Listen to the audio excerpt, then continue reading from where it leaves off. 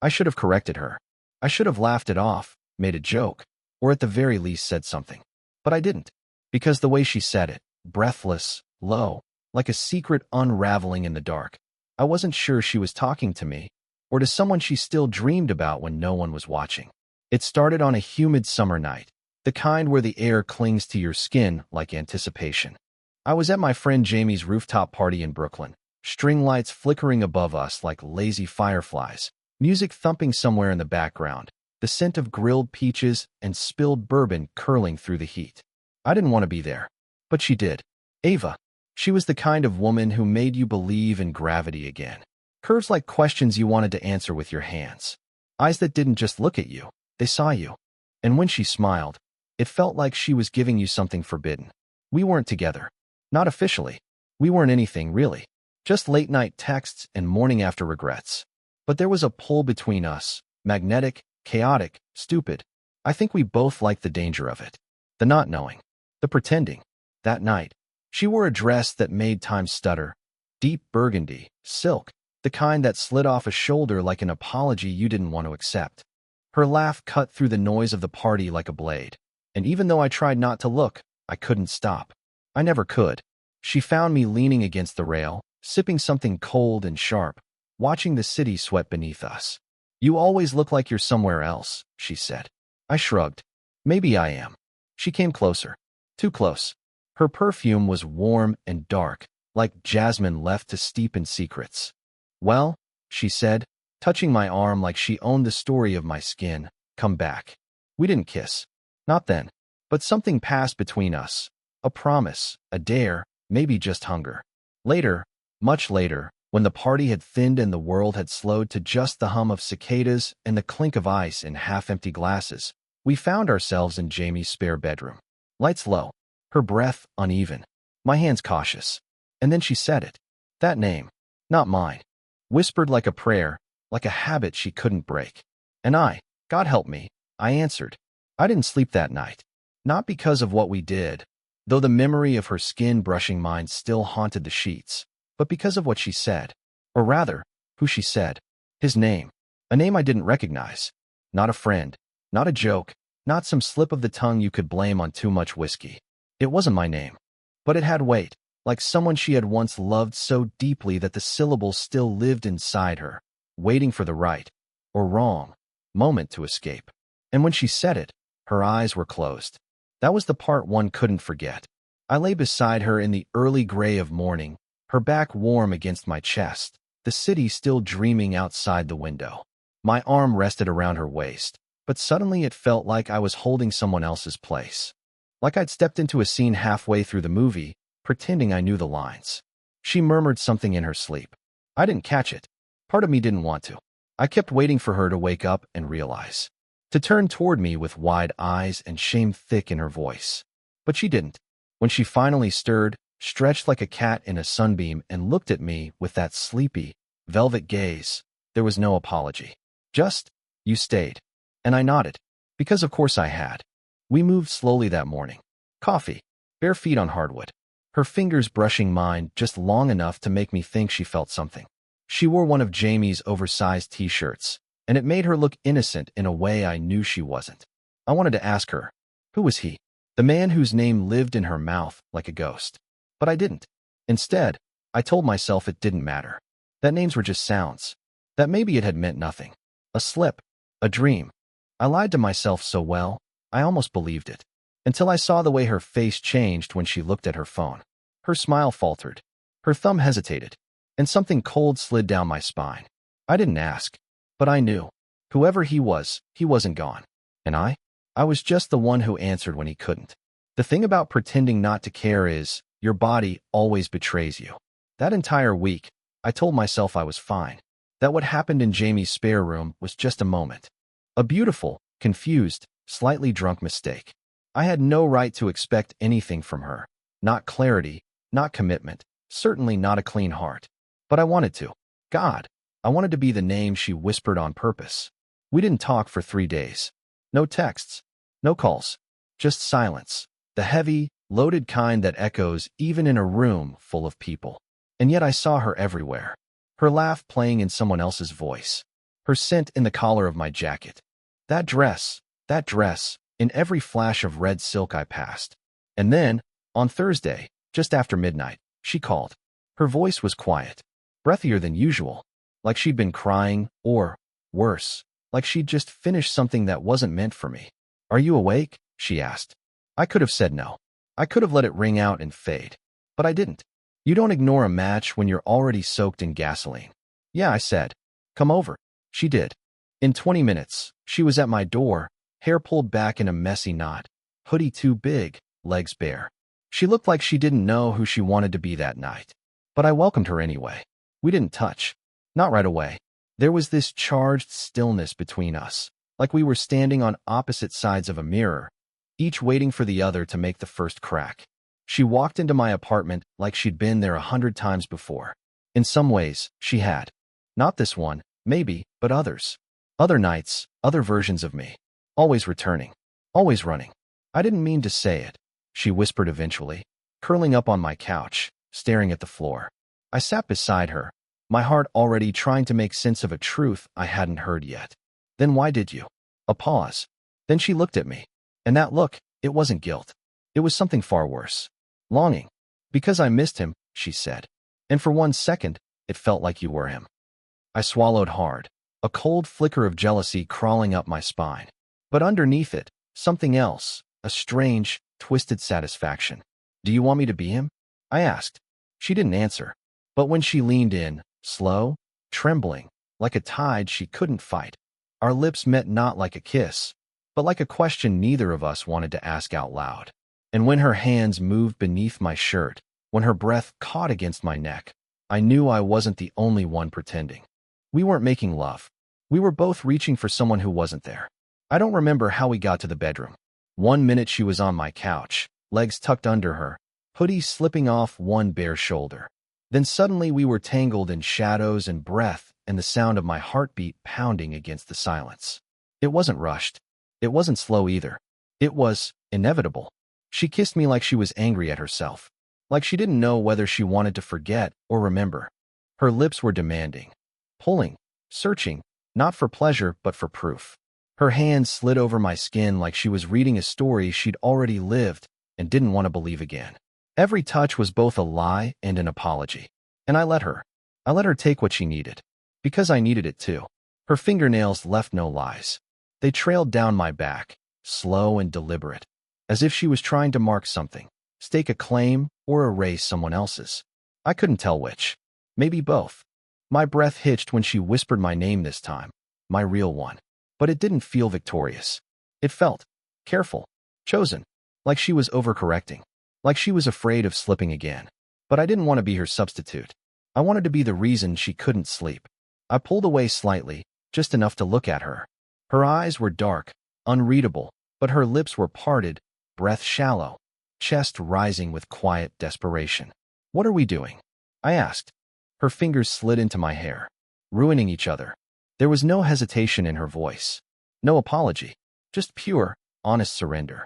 And in that moment, I stopped caring who she had dreamed about before, because she was here now. And whatever this was, messy, broken, temporary, it was ours. The air between us crackled. Our bodies barely moved, yet every inch screamed with tension. There was something maddening in the stillness, like two magnets just barely apart, held by the weight of restraint, both begging to break. I kissed her again, softer this time. Not because I wanted to be gentle, but because I wanted to feel her. The way she trembled when my hands brushed her hips. The way she exhaled like she'd been holding her breath for weeks. The way her body arched into mine like it knew the ending before we did. We didn't speak after that. Just silence and sensation and the dizzying awareness that we had crossed something we couldn't uncross. But just as she drifted off beside me, her fingers still tangled in mine, she murmured something. Not his name. Another one. A woman's. I froze. She didn't notice. But everything inside me did. It wasn't a mistake this time. She said the name clearly, low, almost reverent. A woman's name. Not slurred, not muttered in sleep. She breathed it, like it was stitched into her pulse. And my blood turned electric. I didn't recognize the name, but the way Ava said it, I knew it meant something. Something real. Something close. Too close. I lay there, my body still warm from her, heart still racing. But suddenly it felt like I wasn't in the room anymore. Like I was watching myself from the ceiling, naked, exposed, vulnerable beside someone who wasn't telling me everything. I didn't say a word, just stared at the ceiling, listening to the rhythm of her breathing slow as sleep pulled her under. But I didn't sleep. I was wide awake, body humming, mind spinning. Because now the picture was different. It wasn't just him, whoever he was. There was her, too. The pieces began to fall into place. Not clearly, not yet, but the suggestion was there. The long stares she sometimes gave to women at parties. The way her smile shifted when certain names came up. And once, a photo on her phone she didn't mean to show me. A girl with a tattoo on her collarbone and eyes full of trouble. I thought it was just a friend. Now, I wasn't sure.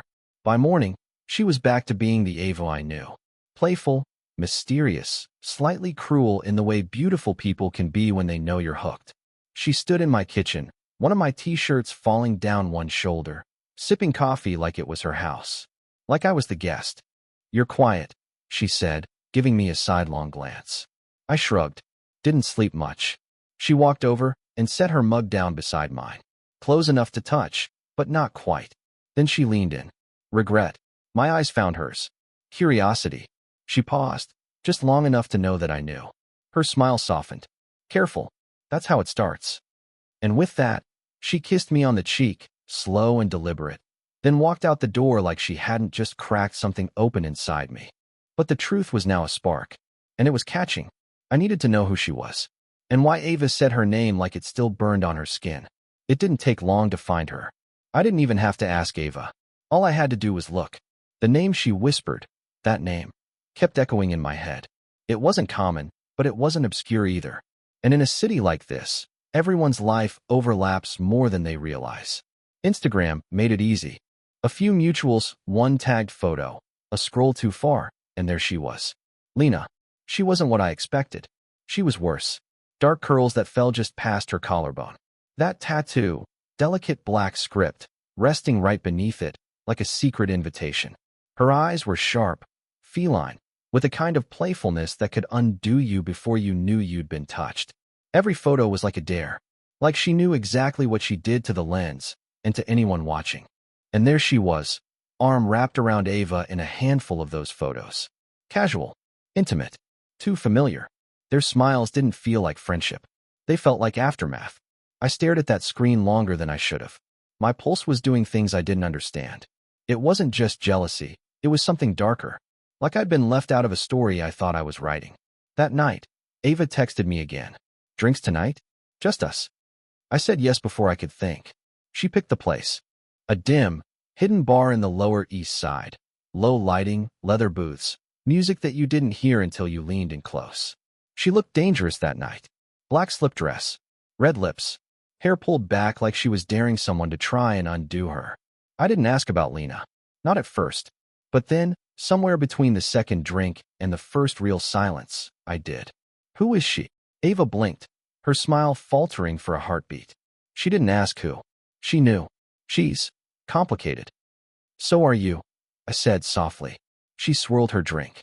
We were something. A while ago. Then nothing. Then something again. But not anymore. I watched her carefully. You said her name. A pause. I know. And me? I asked. What am I to you? Ava looked at me then. Really looked. Like she was peeling me open without using her hands. You're the first person who didn't ask me to be anything, she said. And that scares me. There it was. A kind of honesty I hadn't expected. But before I could respond, she stood up. Come with me, she whispered. I followed. Back to her place. Not mine this time. Hers. And when she opened the door, Lena was already inside. Sitting on the couch. Looking at me like she'd been waiting. She didn't flinch when I walked in. Lena just sat there, legs crossed, glass of wine in one hand, the other draped casually over the back of the couch like she owned the moment. Her dress was black velvet, short, and impossibly soft-looking. There was something magnetic about her. Not just beauty, command. I stopped in the doorway, suddenly unsure of my place. Ava didn't say anything. She walked past me, calm as ever, and poured herself a glass. Then one for me. Then, finally, looked at Lena. He knows, she said, simply. Lena raised one eyebrow, sipping slowly. About us. Ava nodded. And that I said your name. Lena turned to me then, fully. That gaze was like a slow unraveling. I felt it in my throat, in my spine, in every place Ava had already made familiar. So, she asked, setting the glass down. How does that make you feel? I opened my mouth, then closed it, because I didn't know the answer. Confused? Yes. Jealous? Absolutely. Intrigued? Far more than I wanted to admit. But most of all, I felt seen. Not by one, by both. There was a weight in the room. Not tension exactly. Something deeper. Like we were all hovering at the edge of something forbidden, one breath away from falling in. Lena stood up and walked toward me slowly, her heels silent on the hardwood floor. Her perfume was different than Ava's, sharper, floral, almost reckless. She stopped just in front of me, close enough that I could feel the warmth from her skin. Has she told you what she likes? She whispered, voice velvet soft. Lena, Ava warned, her tone tight. But I didn't step back. I didn't move at all. Lena tilted her head, studying me. Or are you just figuring it out by instinct? My voice came out lower than I expected. Maybe a bit of both. She smiled at that. Instinct can be delicious. Ava came between us then, not roughly, but possessively. Her hand rested lightly on my chest, her eyes locked on mine. She's not here to stay, Ava said quietly. She just likes to watch things burn. Lena's voice came from behind her. And you love lighting the match. The air was electric now. Every breath, every glance, every flicker of movement felt heavy with meaning. Lena sat back down, crossing her legs slowly. Her eyes never left mine. And then Ava did something that turned everything inside out. She took my hand and guided it to the side of her neck, right where the pulse fluttered. Tell me you don't want this, she said. Right here, right now. My fingers curled instinctively, gently, feeling her warmth, her heartbeat. Her breath caught in her throat, but she didn't move. Behind her, Lena was still watching. And in that moment, I realized. This wasn't a test. It was an invitation. To something I wasn't sure I was ready for, but already couldn't walk away from. I didn't answer her with words. Instead, I leaned in, slow, deliberate, and pressed my lips just beneath her jaw, where her pulse was begging to be touched. Her breath hitched, and I felt it. All of it. The want, the fear, the chaos she carried like perfume on her skin. Behind us, Lena stood. I felt her before I saw her, her presence like static in the air, vibrating through the space Ava and I had built and now threatened to collapse. But Ava didn't stop me. She didn't move. She let my hand stay right there on her neck, fingers trembling slightly, as if she wanted to prove something. To Lena, to herself, maybe even to me. Lena came closer, each step silent, but heavy with heat. She moved behind Ava and rested her hands lightly on her shoulders, her fingertips barely grazing the fabric of Ava's dress. You still do this when you're afraid, she said softly to Ava. When you don't know what you want, you make someone else decide. Ava turned slightly, her eyes flicking toward Lena. You left. I had to. But now you're here. I never really left. The confession sat between them like thunder. I stepped back, not because I wanted to, but because something about that moment wasn't mine. I had been pulled into a current that had been swirling long before I stepped into it. But then Ava reached for me again. She grabbed my wrist gently and looked up. Don't go, she whispered. And this time, I didn't hesitate. We didn't fall into each other. We melted. 3 bodies. 3 histories. 3 unsaid truths, all colliding in a moment that didn't belong to the world outside. It wasn't about labels or explanations or rules. It was about fire. Raw, emotional, hungry fire. The kind that burns even when you try to contain it. Lena's hand brushed my shoulder as Ava's lips found mine again. And for one suspended breath, I didn't know whose touch made me shiver. I only knew I was alive, fully, terrifyingly alive. But here's the thing about fire. It consumes. And by morning, only ashes remained. I woke alone. Ava's side of the bed was cold. Lena's perfume lingered like a memory that wouldn't leave. On the nightstand, a folded note in Ava's handwriting. You were never a replacement. You were a mirror. Thank you for letting me see myself again. That was it. No promises. No explanations. Just that. And maybe that was enough. Or maybe it would haunt me forever. But I knew one thing. I hadn't been a mistake. I had been part of the fire.